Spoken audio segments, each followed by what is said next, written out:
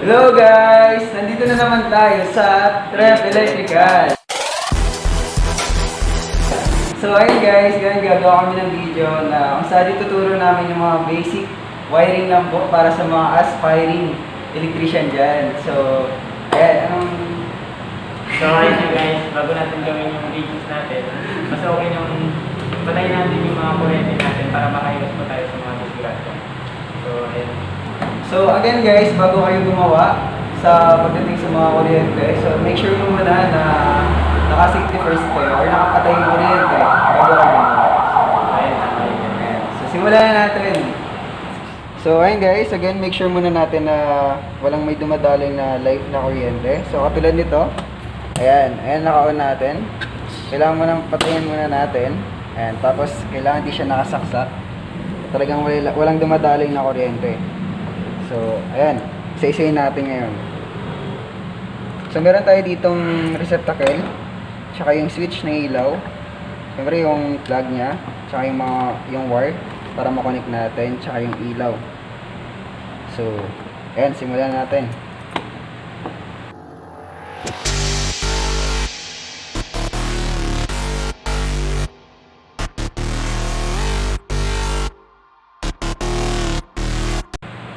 So, ito yung ano natin guys, yung diagram natin. So, ayan, madali lang siyang i-follow.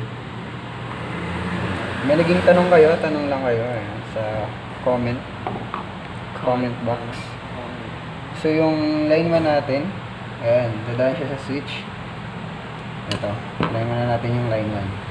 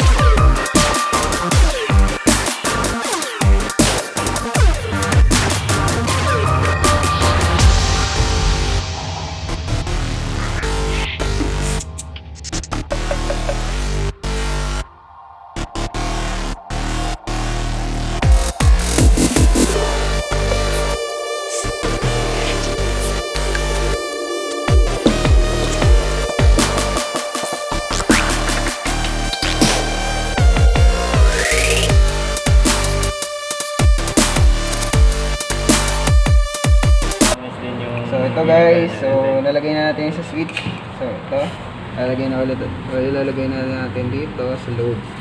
Ito yung ilaw. Connect na natin. Load or dito sa ilaw.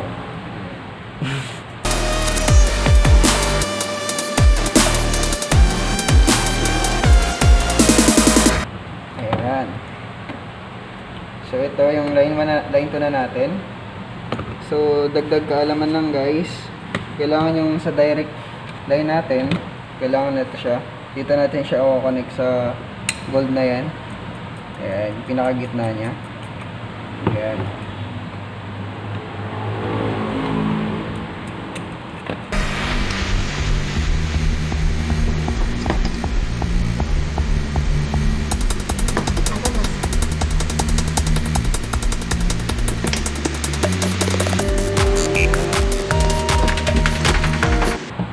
So, okay na guys.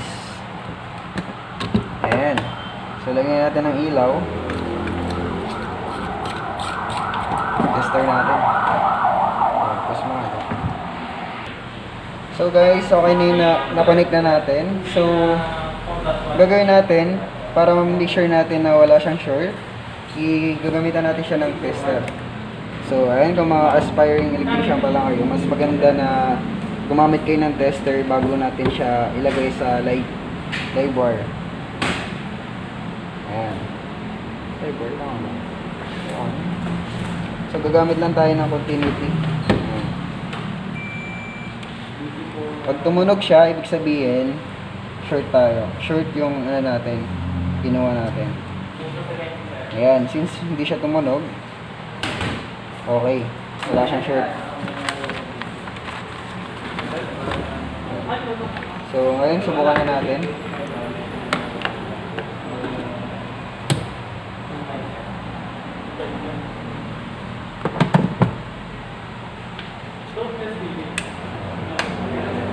Ayan.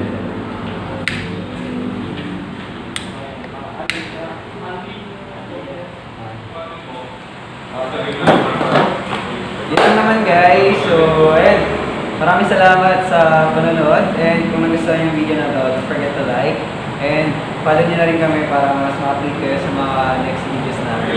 And kung gusto nyo pang matuto or may matutunan, so meron mga tutorial videos kami about sa electrical sa YouTube channel natin. So, yan, try nyo na lang mag-visit doon and subscribe nyo na rin kami kung gusto nyo. So, ayan.